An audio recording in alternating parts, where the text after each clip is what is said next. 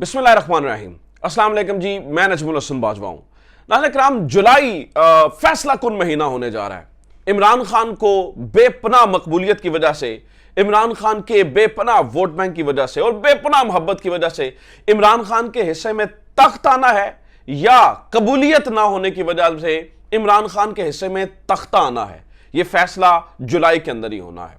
इसमें कोई शक नहीं है कि अभी तक नजर आने वाले सारे इंडिकेटर्स और इतलात और इंफॉर्मेशन और एनालिसिस, आप जो भी चीजें सामने आ रही हैं वो यही नजर आता है कि जुलाई में इमरान खान के लिए मुश्किलात इस तरह से खड़ी होंगी कि गिरफ्तार किया जा सकता है, इमरान खान को नाअहल करने की तरफ भी जो है ना वो चीजें बढ़ सकती हैं।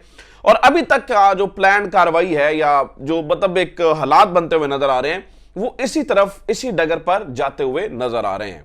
लेकिन नाज़रीन किराम, जुलाई शुरू होने से पहले 2-4 दिन पहले, यानी कि अभी चूंकि आज आखिरी दिन है, कल से जुलाई शुरू हो जाएगा, तो जुलाई शुरू होने से 2-4 दिन पहले एक डेवलपमेंट हुई है और कुछ इवेंट्स हुए हैं। उन इवेंट्स की वजह से एक आखिरी उम्मीद जरूर जाग गई है। आपने ये जहन में रखना है कि फैसला ये हो चुका है कि जुलाई के अंदर जो है ना वो मक्कू ठप देना है, लेकिन इस मक्कू ठपने से पहले पहले एक इवेंट हुआ है जो इन चीजों को तब्दील कर सकता है। और बड़ी नहीव सही, बड़ी कमजोर सही, लेकिन एक आखिरी उम्मीद जरूर जागी है कि हो सकता है मैं ये नहीं कह रहा कि होने जा रहा है, मैं ये भी नहीं कह रहा कि जुलाई के अंदर जो है ना वो जो इमरान खान के साथ करना था वो नहीं होगा, लेकिन एक उम्मीद जरूर जागी है। दो मुल्कों की जानिब से एक पैगाम पहुंचा और वो बड़ा तगड़ा पैगाम है। और ये जो दो मुल्कों की जानिब से पैगाम पहुंचा है, ये पहले भी पैगाम देते रहे हैं, लेकिन इस बार वाला पैगाम है वो थोड़ा मुख्तलिफ है। जो इतलात आ रही हैं, जो बताया जा रहा है वो ये है कि वो थोड़ा सा मुख्तलिफ है। वो कौन से दो मुल्क है और ये आखिरी उम्मीद किस तरह से जागी है, इसके ऊपर तफसीलन बात करनी है। और एक नाज़रीन किराम, आज एक बड़ी प्रेस कॉन्फ्रेंस हुई है जिसमें इसहाक डार साहब और वज़ीर आज़म साहब जो है ना वो शादियाने बजा रहे थे। कैमरों के सामने जनाब वज़ीर आज़म साहब ने झूठ बोला है, या IMF मुआहिदा और ये सारी चीज़ों के बारे में कैमरों के सामने जो है ना वो झूठ बोलते हुए पकड़े गए हैं। वो उन्होंने क्या झूठ बोला और ये IMF मुआहिदे से आपके ऊपर, यानी कि अवाम के ऊपर, हमारे ऊपर क्या अजाब नाज़िल होना है, वो भी मैं आपके सामने उसकी भी तफसील जो है वो रख देता हूं। बड़ी तफसीलन जो है ना वो इसके बारे में भी चीज़ें सामने आई हैं। लेकिन सबसे पहले इवेंट की बात करते हैं। देखिए नाज़रीन किराम, इस वक्त ये जो मतलब ये जो जुलाई के महीने के अंदर होने जा रहा है और जो दो मुल्क हैं उसके ऊपर देखिए इस वक्त जो है वो इस बात को ये तो डिसाइडेड है कि इमरान खान जो है वो इलेक्शन का हिस्सा नहीं होंगे, बल्कि डिसीजन तो इस बारे में लिया जा रहा है कि शायद इमरान खान की जो पार्टी है वो भी इलेक्शन का हिस्सा ना हो। तो ऐसे में दो मुल्क हैं, एक सऊदी अरब और दूसरा चाइना। ये दोनों मुल्क पहले भी मैसेजेस भी और इशारों कनायों के अंदर भी मोहम्मद बिन सलमान का भी इंटरेस्ट है कि पाकिस्तान जो है ना वो स्टेबल हो और ख़ास तौर पर जो यहाँ पर एक पॉलिटिकल रेफ्ट है ये ख़त्म हो सके, पॉलिटिकल हारमनी जो है ना वो पैदा हो। और वो मैं ये नहीं कहता मोहम्मद बिन सलमान इमरान खान के बहुत बड़े सपोर्टर हैं या मोहम्मद बिन सलमान इमरान खान की सपोर्ट के पीछे खड़े हैं। असल में देखिए उनके भी अपने मकसद मजबूत पाकिस्तान सऊदी अरब को भी चाहिए है, तो इसके लिए वो ये चाहते हैं कि जो पॉलिटिकल रेफ्ट है ये यहाँ पर जो है ना वो ख़त्म हो जाए। इसी तरह से चाइना के भी जो है ना वो स्टेक्स इन्वॉल्व हैं। हालिया दिनों में होने वाले कुछ वाकयात जिनमें मोदी का जो विजिट है अमेरिका का, US का विजिट, इसने एक बहुत बड़ा किरदार अदा किया है।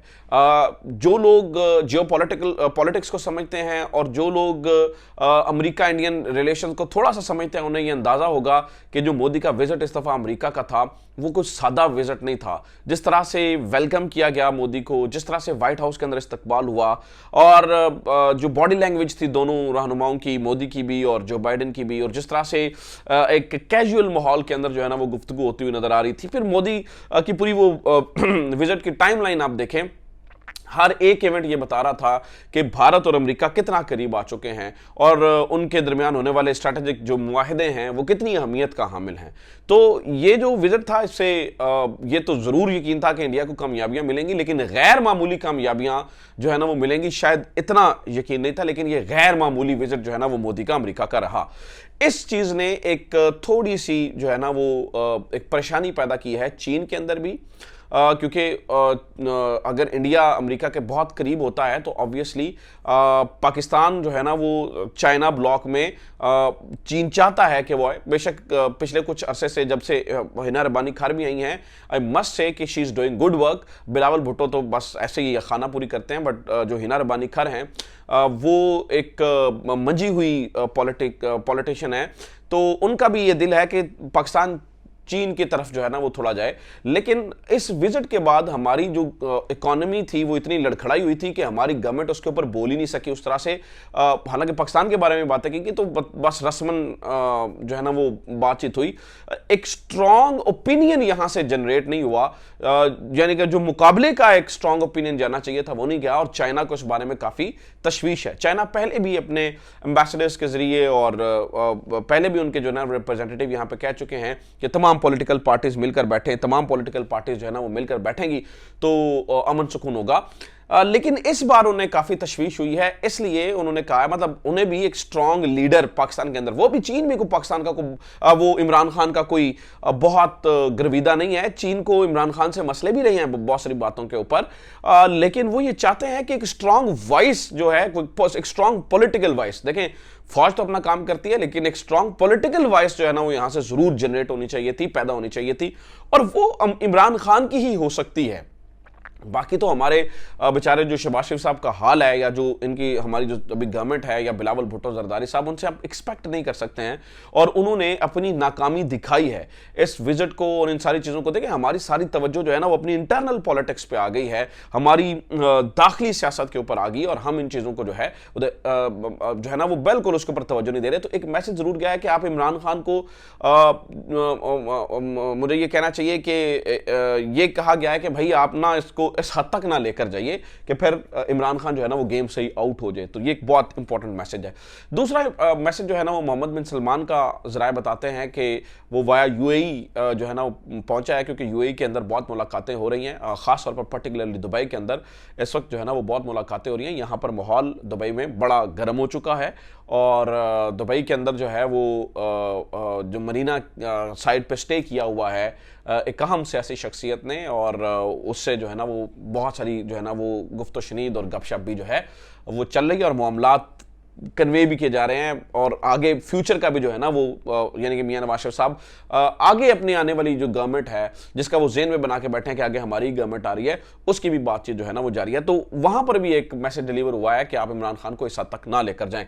लेकिन नाज़रीन किराम, इस वक्त मकबूलियत की वजह से तख्ता मिलना चाहिए, लेकिन अब तक की इतलात ये बताती हैं कि इस एक पॉजिटिव खबर को आप साइड पर रख दें तो अब तक की इतलात ये बताती हैं कि जुलाई के अंदर तख्ता करने का जो है ना वो पूरा प्लान इस वक्त जो है ना वो तैयार है। जुलाई के अंदर इमरान खान को सख्त तरीन टाइम से गुजरना पड़ेगा, इमरान खान की जमात को सख्त तरीन टाइम से गुजरना पड़ेगा, एक बड़े मुश्किल टाइम से गुजरना पड़ेगा। हालात जो हैं वो बिल्कुल मुवाफिक जो है वो नहीं होंगे, और एक कड़ी मुश्किलात का जो है वो सामना करना पड़ सकता है। अब आ जाते हैं दूसरी तरफ नाज़रीन किराम, और वो ये है कि आज किस तरह से जो शहबाज शरीफ साहब हैं वो झूठ बोलते रहे और IMF के मामले पे। इन्होंने सबसे पहले नाज़रीन किराम आज ये कहा कि अल्हम्दुलिल्लाह डिफ़ॉल्ट होने का ख़तरा टल गया है। अच्छा ठीक है, तो जब हम ये कह रहे थे कि पाकिस्तान डिफ़ॉल्ट होने की तरफ जा रहा था, तब तो इनका जो वज़ीर ख़जाना है वो चपेड़े मार रहा था रिपोर्टर्स को, वो थप्पड़ मार रहा था, और हमें दिन रात ये गर्दान जो है ना वो हमारे सामने जपी जाती थी, और हमें बताया जाता था कि पाकिस्तान को डिफ़ॉल्ट का कोई ख़तरा नहीं है। अल्हम्दुलिल्लाह हम डिफ़ॉल्ट के ख़तरे से निकल चुके हैं। ये खबर कई बार मैंने और आपने सुनी है। अल्हम्दुलिल्लाह हमें डिफ़ॉल्ट होने का कोई ख़तरा नहीं है। तो जब डिफ़ॉल्ट होने का ख़तरा पहले से ही टल चुका था, तो अभी का जो मुआहिदा है वो किस तरह से एक बहुत बड़ा किरदार जो है ना वो अदा कर सकता है हमें डिफ़ॉल्ट होने से बचाने के लिए। तो सबसे पहली बात तो जो बेसिक पॉइंट है, मुझे लगता है कि वो यहीं पर समझना पड़ेगा, और बेसिक पॉइंट में ही शहबाज शरीफ साहब जो है ना वो बड़ी गलती कर रहे हैं। ये अवाम को बुद्धू समझते हैं कि जो जिस चक्कर लगाएंगे वो उस तरफ लग जाएगी। इसमें कोई शक नहीं है कि अब वाली जो बात है वो दुरुस्त है, लेकिन इससे पहले शहबाज शरीफ साहब भी मुकम्मल झूठ बोलते रहे हैं। एक और झूठ आज इन्होंने बोला कि वो इमरान खान की सारी साजिशें थी और ये वो थी, और फिर एक 9 मई की साजिश भी IMF को मुआहिदे से रोकना था। मतलब इससे बड़ा झूठ और क्या हो सकता है, और कैमरों के सामने झूठ बोला जा रहा है। मैं जरा IMF के बारे में थोड़ा सा आपको बता देता हूं। देखिए नाज़रीन किराम, जो IMF का जो मुआहिदा हुआ है वो EFF यानी कि इससे पहले जो पाकिस्तान ने IMF के साथ मुआहिदा किया था वो EFF यानी कि extended fund facility. Extended fund facility में क्या होता है कि पाकिस्तान जैसी मैशत और पाकिस्तान जैसे चैलेंजेस सामना करने वाले मुल्कों को जो है ना वो IMF क्या करती है, IMF उनके लिए एक लंबे अरसे का प्रोग्राम लेकर आती है, एक लंबे अरसे का प्रोग्राम जो है वो उनके लिए चलाती है और वो इस तरह से चलाया जाता है ताकि जो है ना वो उनकी इकोनॉमी बेहतर हो सके। अक्सर हमने ये सुना है ना कि IMF की वजह से वो महंगाई होगी, फुला हो गया। असल में ये कसूर भी गवर्नमेंट्स का होता है। IMF एक कर्जा देने वाला इदारा है और वो कर्ज देके कहता है कि तुम्हारे पैसे यार यहाँ से आने चाहिए, जबकि हमारी जो गवर्नमेंट की नाअहलियत होती है वो पैसे वहां से जनरेट नहीं कर पाता। तो फिर IMF प्लान बना के कहता है कि यहां से पैसे निकालो, यहां से पैसे निकालो, और जब गवर्नमेंट की नाअहली होती है तो फिर उसका डायरेक्ट बोझ जो है फिर वो अवाम पर पड़ जाता है। तो जाना हमें चाहिए था EFF के अंदर, यानी कि एक्सटेंडेड फंड फैसिलिटी के अंदर, जो कि लंबे अरसे के लिए हमारी मैशत को वो सहारा देते।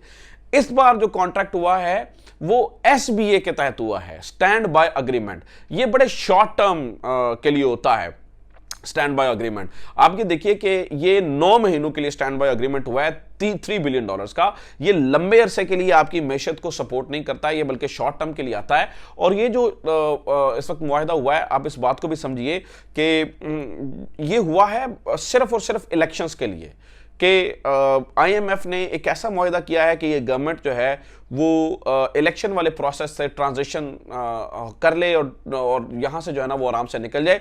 और इसलिए जो है ना वो ये कुल लंबे अरसे के लिए मैशत को बेहतर करने के लिए, हाँ इससे फ़र्क ज़रूर पड़ेगा, लेकिन इससे को आप समझेंगे कि हमारी मैशत जो है ना वो पाँव पर खड़ा हो जाएगी, तो ये गलत बात है।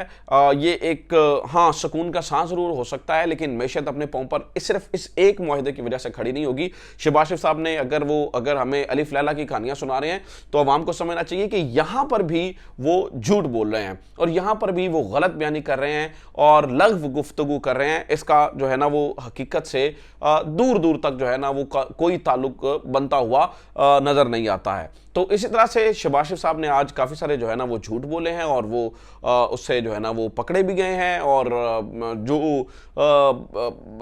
लॉजिकल बात को समझते हैं उन्हें पता है कि शहबाज शरीफ साहब जो है ना वो कौम के साथ जो है ना वो सिर्फ ड्रामेबाजी कर रहे हैं। एक और चीज़ मैं आपको बता दूं नाज़रीन किराम, वो ये है कि इस गवर्नमेंट से ज़्यादा इस वक्त जो फाइनेंशियल मामलात की भी बेहतरी चाहती है वो पाकिस्तान की फ़ौज चाहती है, और वो अच्छा खासा इनकी मदद भी कर रहे हैं। मदद के बावजूद भी ये वो हमारे लूली लंगड़ी गवर्नमेंट है जो अभी भी अपने पाँव पर जो है ना वो चल नहीं सकती है। तो ये अब तक की सूरत हाल है। उम्मीद करता हूँ ये वीडियो आपके लिए इन्फॉर्मेटिव रही होगी। अपना ख्याल रखिए। खुदा हाफिज़। पाकिस्तान जिंदाबाद।